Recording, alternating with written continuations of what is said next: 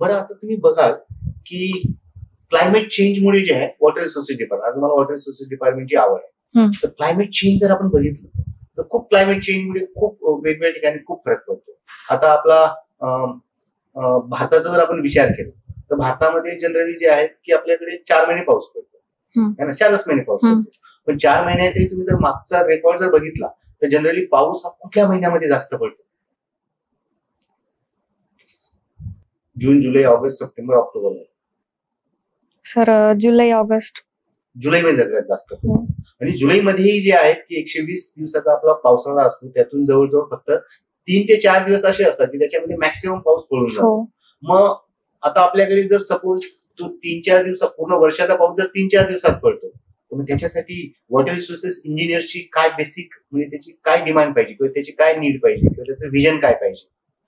Sir आपण dams construct केलेच आहे, म्हणजे आर्टिफिशियल इरिगेशन आपल्याला देता येईल त्या हिशोबाने आपण प्रोजेक्ट करतो. कॅनल इरिगेशन वगैरे असेल. सध्या आमच्या इकडे निळवंडे डॅम आहे, तर तो महाराष्ट्रातला मोठा प्रोजेक्ट आहे निळवंडे धरण. आता ते अंतिम टप्प्यात आहे. कॅनल उजवा आणि डावा दोन्ही कॅनल अंतिम टप्प्यामध्ये आहे.